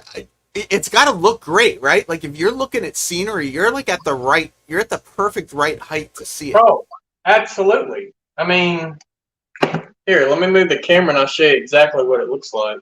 I'll try not to make Rock323 says he's working from the top down. His wife taught him to do that for best results. All right, so I mean, this is the view I'm getting is this right here. Pappy from Trigoglin says you look like a bearded Oompa Loompa. I'm not orange enough. Tim from Tim from CP368 says that camera angle makes Jason look like he's 3 feet tall. Dennis from Otter Creek says, "See, I just thought he was super short." No, but like this is. I don't know that I want my layout quite that high, but that's like a great actual height. I mean, it looks great, believe it or not. I mean, there's going to be a level below it, you know, which the level below is going to be the yard. So I figured, you know, the yard's going to be easier to manage on the lower level where there is some switching up here. So you might have to have like a step stool to be able to do things that you need to do. But it's more runs up here than switching. These things are great. Fold up flat. Yeah. Yeah, I like this. This deploys faster. But yeah, I was at when I was at the last train show, this woman with her kid walked up to the layouts, pulled one of these out, put it down for her kid at the edge of the layout so he could jump up and see. I was like, that's so smart to bring that with you. That is cool. Yeah. Drew Dude wants to know how high it is in inches. That's a good question because I mean I'm in an old garage, so the floor's not level. Let's see if I can call my tape measure. There's my tape measure. Otter Creek says, "Oh, if you're not switching cars, yeah." Jason's bigger. It's great to keep small children and animals off your layout. All right, right there where my water is 61 and Oh, wow. Okay. 11/16 of an inch. So almost 62 inches, 5 feet 2 inches. Yeah. Now, if I go to that end of the room, it's probably 62 or higher. Tom wants to know if I took that stool to train shows. No, Tom. I took my ladder to the train show. John wants to know, Jason, how high is it in cubits? That's a good question, John. I have no clue, man. Shay Zanscale Heath, I believe there's a weight limit for that step stool. Are you saying I'm fat? Norma says that's high. Yeah, I'm thinking for mine. What did I design? What was I thinking? Hold on. Let's see. Yeah, I mean it's tall, but I'll show you the reason why. Yeah, I was thinking of doing 36-inch legs, with then the module height on top of it, with then 2-inch wheels below it. So that's what, 38 plus this 3, so it'd be like 41. Okay. Is about where I'm looking. So I've got this storage cabinet here that I'm putting a lot of my train cars and stuff in that's not on the layout. I literally have the layout, the bottom level is going to be sitting right on top of this. And I used 1x4s, but just on this section here, I used 1x2s to bring it down a little bit. And then there's exactly 18 inches between the top of the plywood to the bottom of the next 1x4. So that way I could put an 18-inch backdrop between the two levels, which that's how Train Junkie sells it. And so like here, with me standing over here at staging, which is like the tallest part of the room, it's not as high. It's like, I want to say it's like 59 and something inches here than where I took a measurement. And that's because, like I said, I'm in an old garage and the concrete slab slopes. And that way, like when you bring a vehicle in, on a rainy day, the rain goes away from the house and not into the house. Right. So that is the downside, that part of the room it is going to be, you know, pretty tall, but the bottom level you should be able to operate in a chair if you wanted a good view. Oh, yeah, there you go. Okay, right. Oops, that didn't work. I'm trying to get the link for the ladder for chat, and I'm not. Why isn't it? What is going on? Why don't I copy? There we go. Text. Get link. Copy. And so, like Paste. with the There we camera, go. you know, That out was of hard. this far, you're actually going to be able to see both levels. Yeah, I mean, I just measured mine. Like to this is only like 50 inches for me. My trolley track shelf, which is making me think maybe I should have made it higher. But I mean, I've got so much stuff in here that I don't think I could really ever make it higher. Yeah. And I do kind of want it. I want it about the same distance, lower than the trolley track, so I can put lighting and stuff under it as well.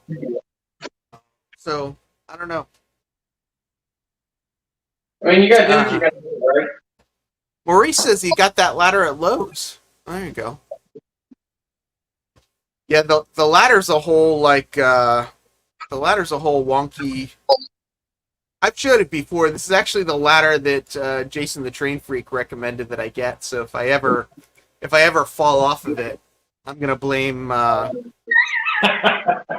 Jason for it. I was climbing it the other day and I actually only had one leg latched, and luckily I realized it before I fell. But yeah, you got to be careful with it. It's not the easiest. It's not the easiest ladder to set up, especially in a really small room. Artie from Awesome America says one day Heath will grow up nice and tall. Jigoku Samurai is joining us as well. Container Man checking in as well. Did Human put a price tag in all of his store products so we know how much the stuff is that he's selling? So Lynn checked his. His are 36 and 57. But Lynn, you're in a chair a lot, right? So the 36 is good for the chair, I think. Yeah, it looks really tall there, Jason. Well, and that's because my tripod doesn't go up high enough. Ah. So I've actually got my tripod at full height. Right. And that's one great thing about this tripod that I have is this thing is huge. I think it goes up to 7 feet. So, you know, that's kind of nice. But now I'm questioning all the. I mean, for me, mine's just a table, so I can really make it any height I want. I might need to move these things. Maybe I should move this. You know, move this over and up. Z-scale layout, and then move this over and up, so all this stuff is kind of coming. All this stuff is kind of moving, you know, moving up a little bit. But my tripod goes up to about 5'4". Yeah. So split rocks are 42 and 55, with the top mine at 61 inches. Oh wait, 61 inches above the ore dock.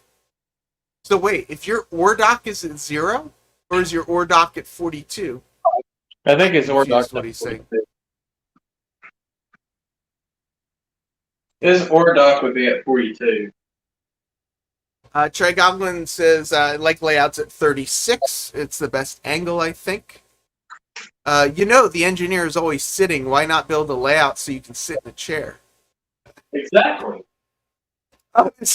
John Strange that I always thought Roy Smith was short because of his camera angle.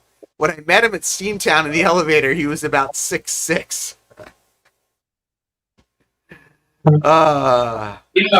Actually, Roy, in one of his older videos, talked about how tall he was. Oh, really? And so in all of his dispatch videos, he's actually sitting on a bar stool. Yes, right. Yeah, yeah, yeah. I remember someone saying that he was really tall. There are a bunch of really tall guys. Mr. Rick the Tree is pretty tall, and RDAN skill. Dang, ask Jason where he got that elevator. That is sharp. I need an elevator. I need one with white side printed on his filming. I do there with the UP train as him. Okay, so that concrete elevator is from Walters. So that's the Walters concrete elevator kit with the silos add-on. I was the one who painted it white and made it look like Riceland. Do you remember what video you did that in, or what it might be titled, so that people can go look for it? Uh, I know I'm putting you on the spot, but I remember you showed it in a video, if I'm not mistaken. yeah, and I actually uploaded just the silos part on Model Railroad Hobbyist as a blog up there, and I haven't added anything since. Of course, that was back during the days of, when the showstopper was still making it to where no one could go to work. Right. So, I'm looking through, and it looks like you have one from a month ago that's got the Riceland in the thumbnail, but I don't think that's the one where you painted it. no, that's Um, where, so a month ago, that's where I finally got track to it to where I could start servicing it. Gotcha. I'm just looking through. It's like mail call after mail call after mail call after mail call after mail call after mail call, and then there's Speaking of, another mail call I got to do a mail call. right now. Not tonight. No, I was like, I'm thinking about heading out of here because I actually have a job now. I gotta go to work tomorrow. Yeah, that makes two of us. Funny how that works out. Thomas from Split Rock says Jason gets a lot of mail. Yep. Otter Creek in Rio Grande wants to know, what is Jason's channel? None of us know.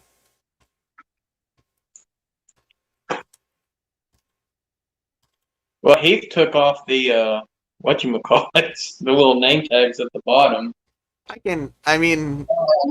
Yeah, it's because I always forget to turn them off. That's why I do it. Derek says Jason's channel is The Terrain Freak. That's right. I just posted his link in the chat. So, Containerman says, see, Artie, my beer fridge is under the layout, so sitting in the chair, I don't have to bend over too far to grab a beer from the fridge. See, I plan on having one of those too. I actually had a mini fridge, and the compressor went out on it, so I got to get me another one. I don't have a mini fridge down here, but I do have a little, like, water thing. I was thinking about getting a fridge, but I don't know. I don't know that I want the sound of a fridge down here. I just want it for the drinks, and then the freezer portion for candy bars. Sorry, the what for bikini bars? What did you just say? The freezer section for candy bars. Boy, that is not what I heard at all. Not even close to what I heard. Well, we know what's on your mind. Nothing good. All right, so one of the things that's kind of funny about the lighting, and then if people want to start posting in the chat things they got going on with their channel, so that people can find you and check out what you're up to, I thought for a little bit of fun, real quick. So the lights that I have on these shelves are actually they're GoV LED lights, and they've got some of the funniest like little lighting patterns.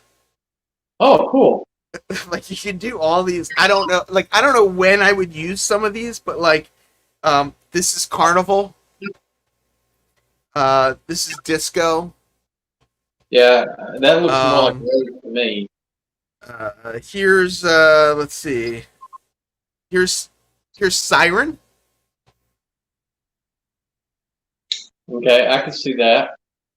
Let's see. Here's enthusiastic.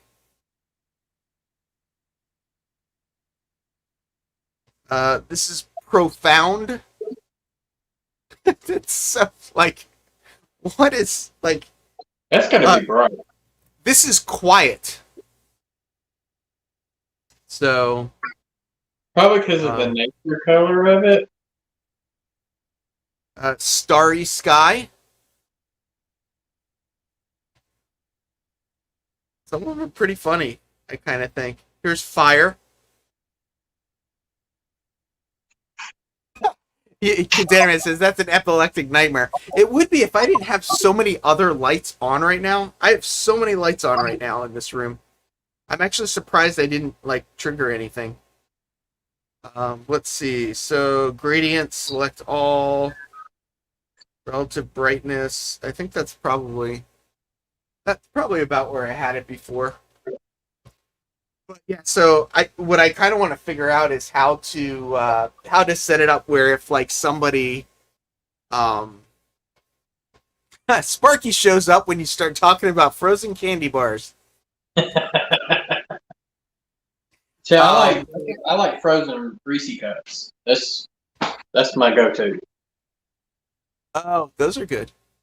Gonna cause a seizure.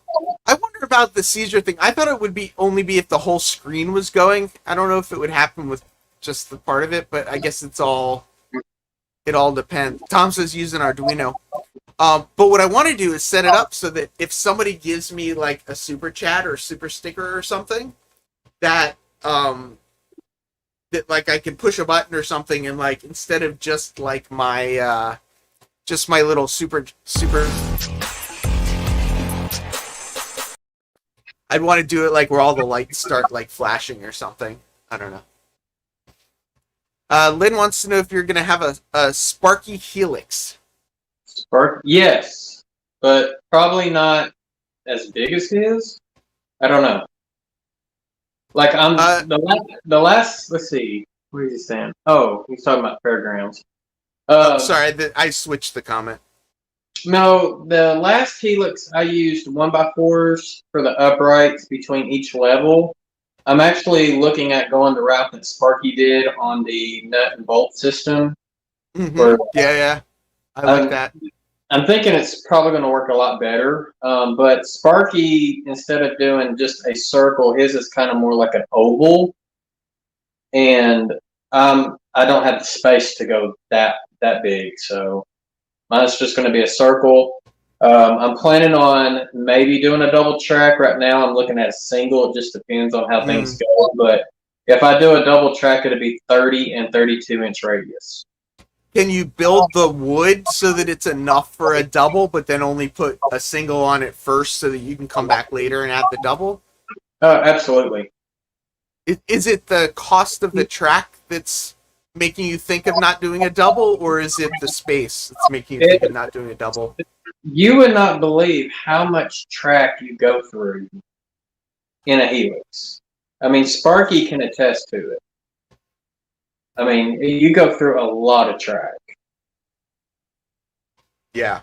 Well, especially when you have 3 levels of layout that you've got to get to.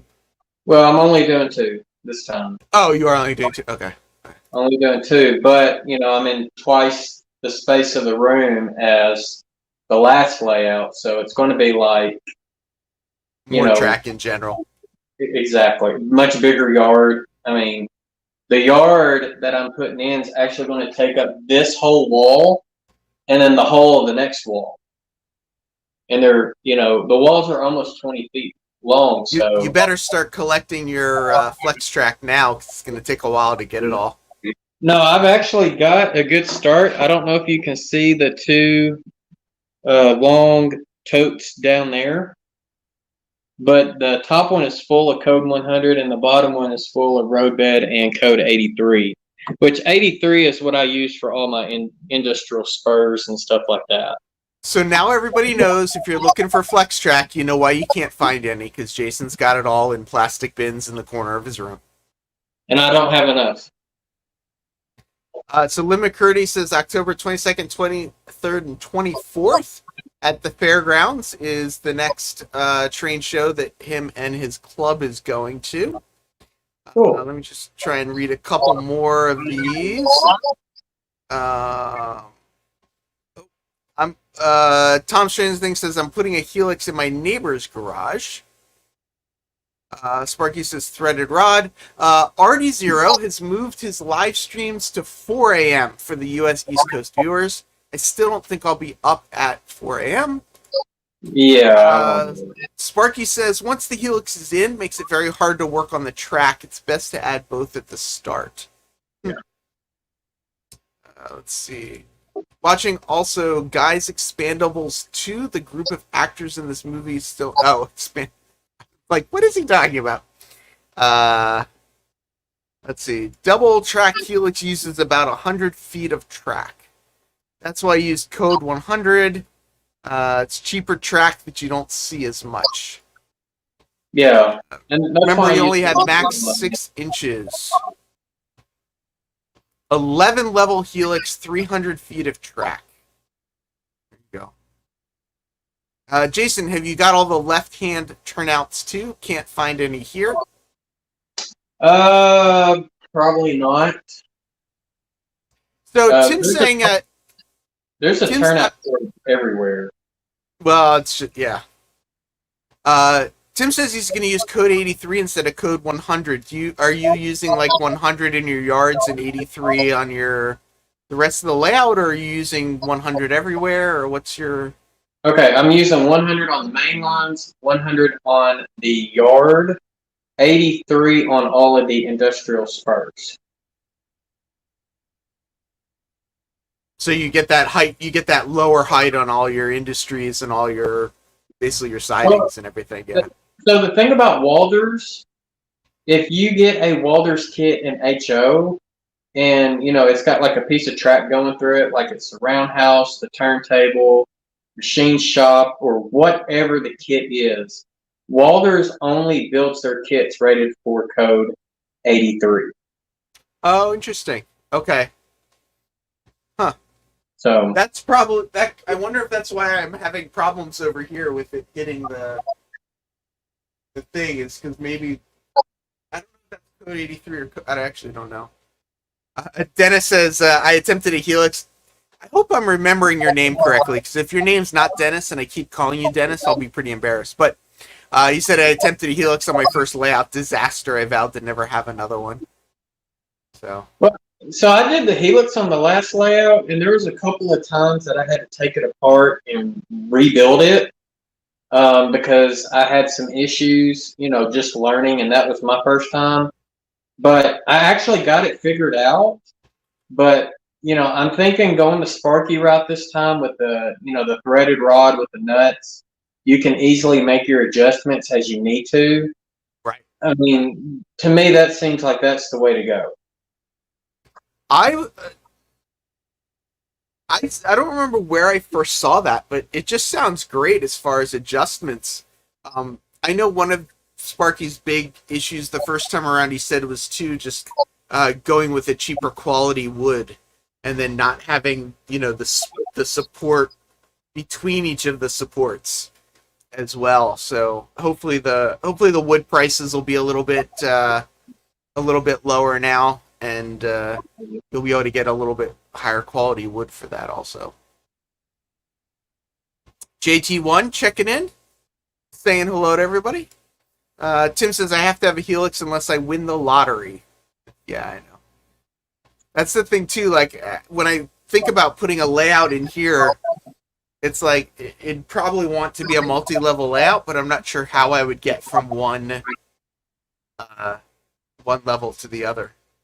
Drew Dude says my club went the threaded rod route, highly recommended. 5+ years later, and Gary Creepy013 is saying same thing. Go with the threaded rod. So Jason, what should people be looking for on your channel coming up? Well, somebody did not claim a prize What? from the... Yes. What? I don't get it. Who You was know, that? Who didn't claim it? It was CP and CN Railroad Production. His channel was like that long. Yeah. So, but Jim Tedesco, he did claim his prize, and I have not had a chance to get to the post office yet because I've got something for him. I've got something for Robert Flying Crow, and then I even got something for Sparky. So I got to get to the post office. That's no lie. Another beard for Sparky? No, it's not another beard. It's actually I'm sending him some tunnel portals that are they're ready for double track. I'm not going to use them, and they are going to be wide enough for his GoPro to go through if he uses it as single track. Right. Yep. And that was one of the issues he was having now is that his tunnel portals that he won from John are not wide enough for that GoPro to go through. So I was like, well, hey, I've got these two here. You know, they're not concrete; they're actually brick. They look really good, and they're even weathered already. So I'm hoping he can get some use out of them. Yeah. But yeah, Sparky says, "Do I need to answer that Helix question?" I wonder. I think Split Rock was asking how many people in here have a Helix. I mean, right now I don't, but there is the plan for it. So I'm trying to see if I can turn off some of the lights in here, how dark it actually gets. But I don't know. I'm trying to. As we're checking out of here, I'm just sort of starting to turn a couple things off. Back wall, ceiling. Yeah, it gets pretty dark in here. Actually, they don't look too bad. But no, I'm gonna have to redo the bingo. We're gonna do blackout bingo again, and see who's gonna win either the O, HO, or INSCO prize because that was the prize not claimed. So when are you gonna do that? Hopefully one night this week. So that way I can get all of this stuff shipped out at the same time. So Tom Stranger Things says I need color LEDs. Tom, were you not here when I was playing the disco on the back wall? Do I need to play the disco again just for Tom? I think Tom was just wanting to see the disco. I think Tom was here and he's just giving me a hard time. Device is off. There we go. Yeah. And then the next project I'm going to be working on is actually building some trees. Oh, there you go. Yeah. So we'll see how much of a cluster that's going to be. This is lightning. Supposed to be lightning. That's actually pretty cool. Yeah. Yeah, do that with some, like, if I can, like, have it go on and off with some sound effects, that would be that wouldn't be bad. Ripple. Didn't Broadway Limited, don't they have the lightning? They do. They do. Yep. Absolutely. Craig just checking in. Tom wants to rant about the disco. Sparky would recommend a Helix before a 16-foot incline, which is a lift of 4 inches. So end scale, it would be an 8-inch incline. 8-foot incline for 2 inches. But yeah, it's a long thing. So Rolling Thunder is this. Yeah, it's not Rolling Thunder. I think it's called like Rolling Lightning Storm or something like that. It's only for scenery. Rolling Thunder has to do with Rolling Thunder is the little thing there. Yeah, but doesn't the Rolling Thunder have to do with like your locomotives as they come close to it? Yeah, it's locomotive sounds. Yeah. Oh no. But the Lightning Storm, I've seen it. It's basically a subwoofer that you do put under your layout, but it comes with a LED strip that you can hang up above your layout or like on the back side if you're hiding it behind buildings and stuff. And the whole thing will actually make your lightning flashes and thunder, right after another. So it's really realistic on the sounds. And then after the storm's over with, you start hearing like the frogs and the crickets, you know. Oh, really? Oh, I didn't remember that. Yeah, it actually does that. It's like the phase after the storm. Oh, you can't see. I turned that camera off. I broke my little. I have a little like rotisserie thing, and I totally broke it, and all the little ball bearings went flying out everywhere. And now I'm sitting here trying to put it back together, but I think it's gonna end up in the trash. So Heath, congratulations! Your show is officially a success now. You finally broke something. I did. Now I'm sad. See, I broke something trying to get the. Thomas wants to know if I could set off the sprinklers to test the rain. Nope. Jeez. Luckily, there are no sprinklers in here, although I've got little balls everywhere now. Uh-oh, he said Artie shush. Is that what, so you saw it from the inside? Yeah, should I, let's see, here's Starry Sky. I have the Rolling Thunder, Loco Sounds, I've used it like 3 times.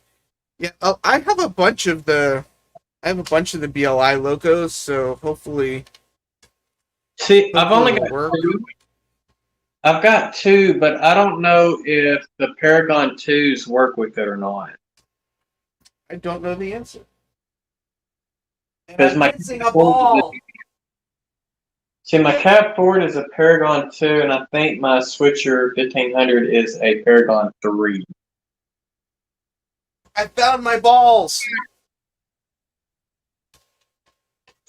I'm not going to touch that one with the 10-foot pole. But here's the problem.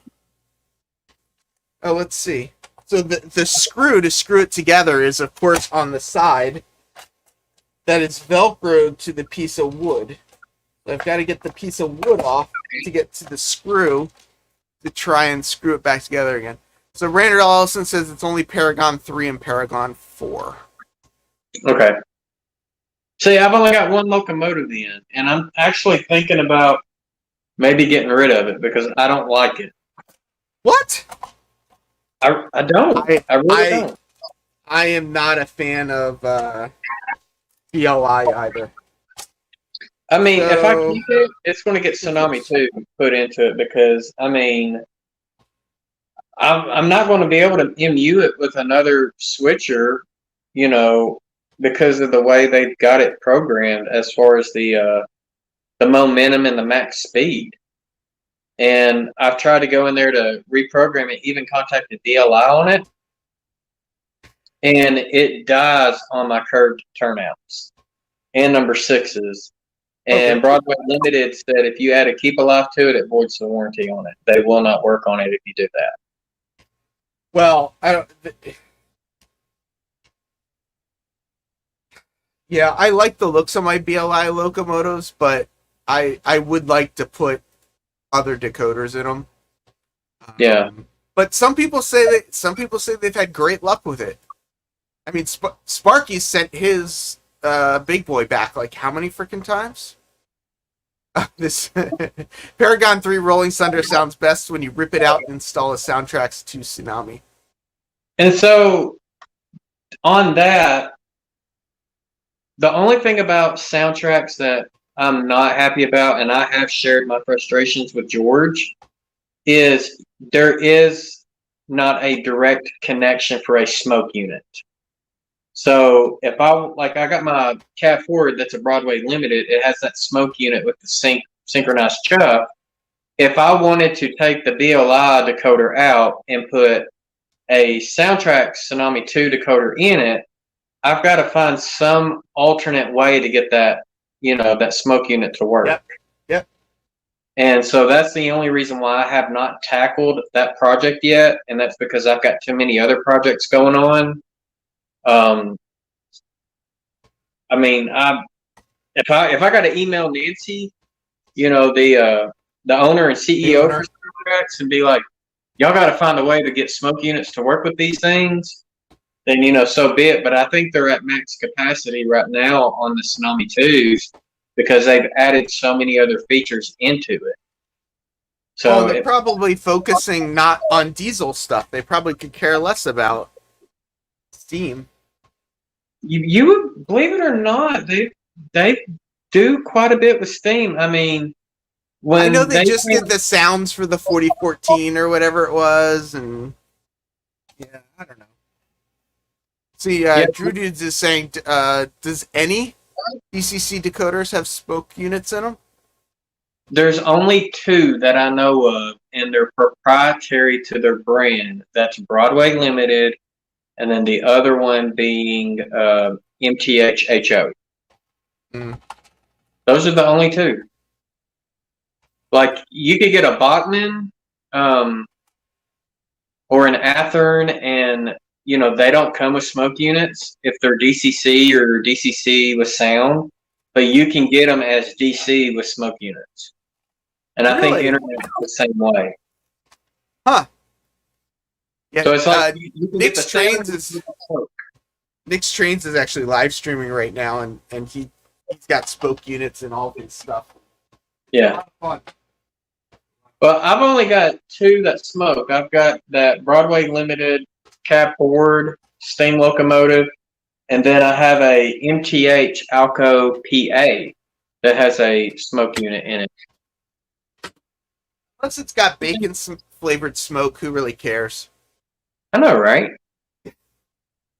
Hey, that PA, if I get that thing cranking, it'll smoke you out. Yeah, I got two of my BLI locomotives back that I need to test and make sure they still work, but I'm so tempted just by what they had to do with them. I feel like I should just send them all back, send my other ones back too, and just be like, oh, they started acting up or something. Yeah. I don't know.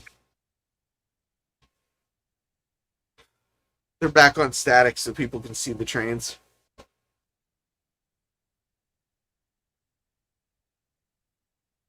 I'm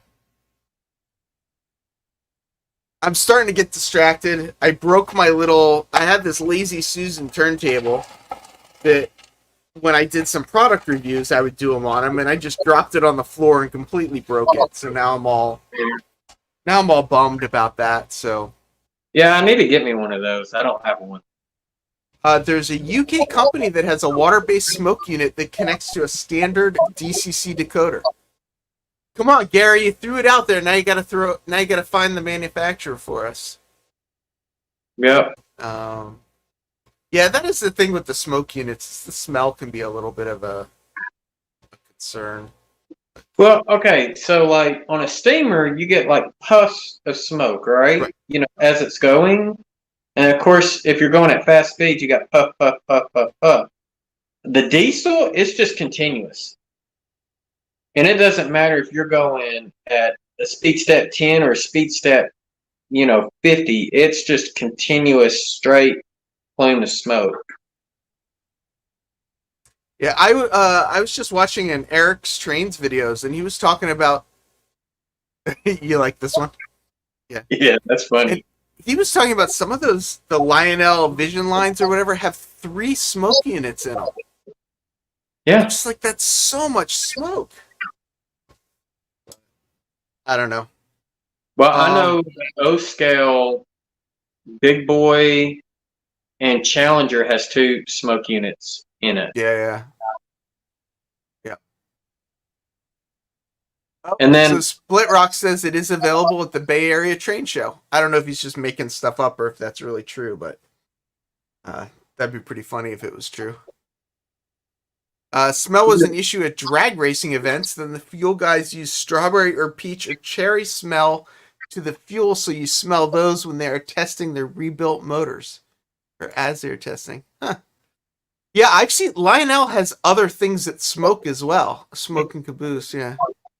that they do. Trans water based smoke generators.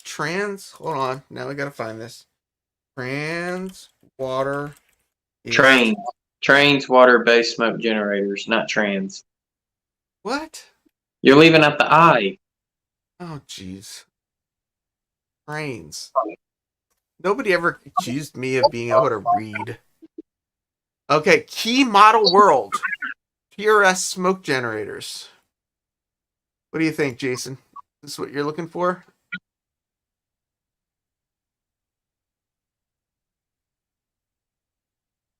Oh, some of the new Steam engines have a steam whistle that works. Yes, MTH does for sure. And I think Broadway Limited does too. Oh, it looks like I'm not looking at the right thing. So I need to find. That was just an article about them. I need to find the TRS website, which So what does ERS stand for?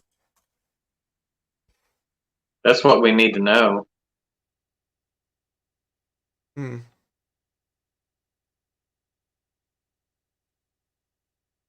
So while you're looking at that, let me ask you this: what do you got planned for Sunday? Yes. Well, before we get to Sunday, I think I'm gonna, if I ever get to sleep, I think I'm gonna do a modeling Monday. Not a modeling Monday. Jeez. A tech tool Wednesday, and I think we're either gonna have Split Rock 323 on working on his OBS setup, or we'll have Rick on working on one of his microphone problems. So I'm probably going to do that Wednesday night, maybe at 10 o'clock for an hour or so, or like a short stream. None of this long stuff, a short stream. So I'll probably do that Wednesday night. And then on Sunday, I'm hosting Sidetrack Sunday for the second Sunday in October. And I have absolutely no idea what I'm doing. I'm trying to find this TRS trains thing. I have no idea. I have no idea what I'm looking for. So I have no idea what I'm doing. If anyone's got any ideas, go from there. Maybe I'll build one of the Craftsman kits. That seems to go over. That seems to go over pretty well. Yeah, the girlfriend shut off the brain and said, "Come upstairs and take the damn dog out already." So, what's next? Methane smell from the cattle cars. I think Jason's already got that going over at his Absolutely. his place. But yeah, I think I need a drink. I think I'll do a tech show on Wednesday. I'll do Sidetrack Sunday on Sunday. Maybe I'll put something together on Sunday, and then we'll be doing Modeling Monday again next Monday. So yeah, I got a bunch of things going on, and I've got work too. So that's last week was my first week of work. Doing project management stuff again, and it's been interesting. It's definitely been an adventure. So yeah. So Jason, if you don't have anything else to say, I think I'm gonna finally hit the let's get the heck out of here button. And That's good. Like I said, I got that bingo one night this week. I don't know when exactly, so you just got to pay attention. Hey, if you're subscribed to the channel, you got that notification bell full, you'll know when I'm doing it. Yeah, I meant to say that too. Hit the notification button for Wednesday night in case it happens, so you see that, so you can catch it. But I'm curious if anybody's still actually watching. I'm like, it could just be the two of us talking for all I know at this point. But good night, everybody. It is Monday night, so have a great start to the week if you have a standard Monday through Friday set up, and we'll see you around. So have a great rest of your night, and talk to you again soon.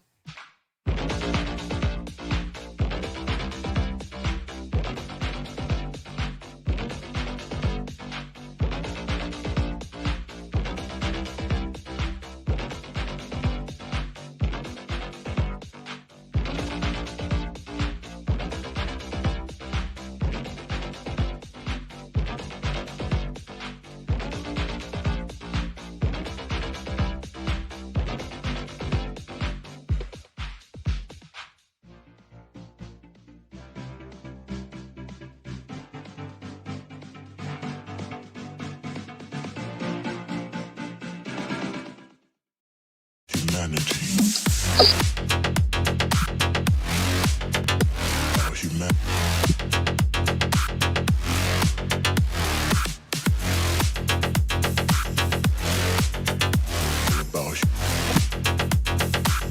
It's all about humanity. About humanity.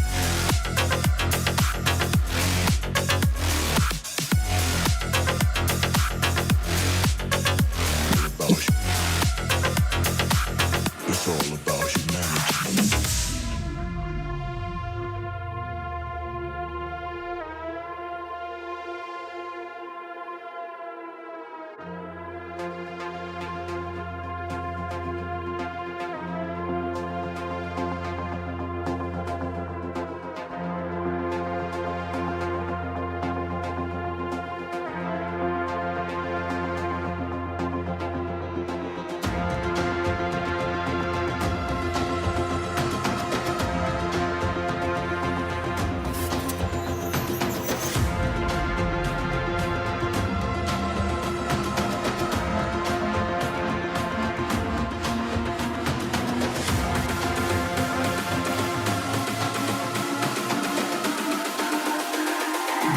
It's all about humanity.